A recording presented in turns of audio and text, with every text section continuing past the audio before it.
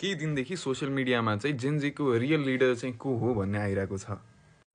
खासमा real leader भन्ने नै छैन। जेनजी भनेकै 1997देखि 2012सम्ममा जन्मेका उमेर समूहको चाहिँ मान्छेहरू हो। अनि अब यो चाहिँ मल्टिपल ग्रुप्स थियो प्रोटेस्टमा है। अब हाम्रो सुजन दाईको चाहिँ एउटा ग्रुप थियो, हामी नेपाल भन्ने। उहाँको ग्रुपले पनि एकदम राम्रो गयो। उहाँले चाहिँ उहाँको ग्रुपले धेरै कन्ट्रिब्युट गरेको छ यो प्रोटेस्टको लागि।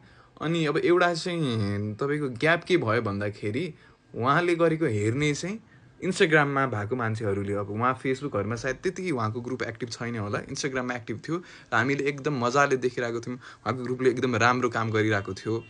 अनि भनौँ न क्रेडिट पनि उहाँले पाउनै पर्छ, उहाँले राम्रो काम गर्नुभएको थियो, त्यसलाई नाइ भन्नै मिल्दैन। अब हामीले अहिले आएर चाहिँ यो कुरामा चाहिँ मिसअन्डरस्ट्यान्ड गर्न थालेर अनि यत्रो चाहिँ काम गरेको मान्छेको चाहिँ कामलाई नै स्टार्ट गरिदिँदाखेरि एउटा त उहाँलाई नै अब कस्तो खालको भयो होला होइन। अर्को कुरा भनेको चाहिँ यो इन्स्टाग्राममा चाहिँ उहाँको काम धेरै देखिने भएको कारणले इन्स्टाग्राममा चाहिँ जो मान्छे एक्टिभ हुनु हुँदैन, अब उहाँले चाहिँ अलिक रुचाउनु भएको छैन।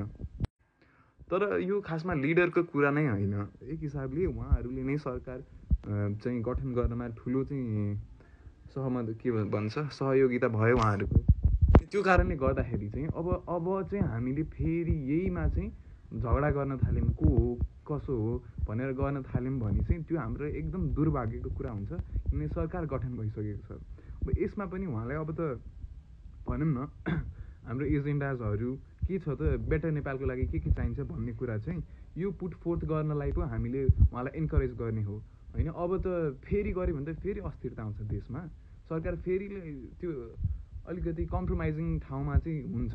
त्यो कारणले उहाँको कन्ट्रिब्युसन एकदम राम्रो छ है, मैले आफैले देखेको छु, मैले यतिकै भनेको पनि होइन। अनि उहाँ डिजर्भ पनि गर्नुहुन्छ प्रेज। अब दिनरात नसुतिकन गर्नुपर्छ, यस्तो हामी पनि कतिजना सुतेको छैनौँ होला, तर सुत्दै नसुत्दाखेरि मान्छेको भनौँ न अब अलिकति गाह्रै हुन्छ नि त। बोल्ने बेला पनि अलिकति टुङ्गो हुँदैन, उहाँ थोरै भावुक हुनु बोला, थोरै बेला बेलामा आक्रोशित हुनु बोला, तर त्यस्तै हुन्छ नि, मान्छे सुतेन भने इरिटेटेड हुन्छ, के हुन्छ।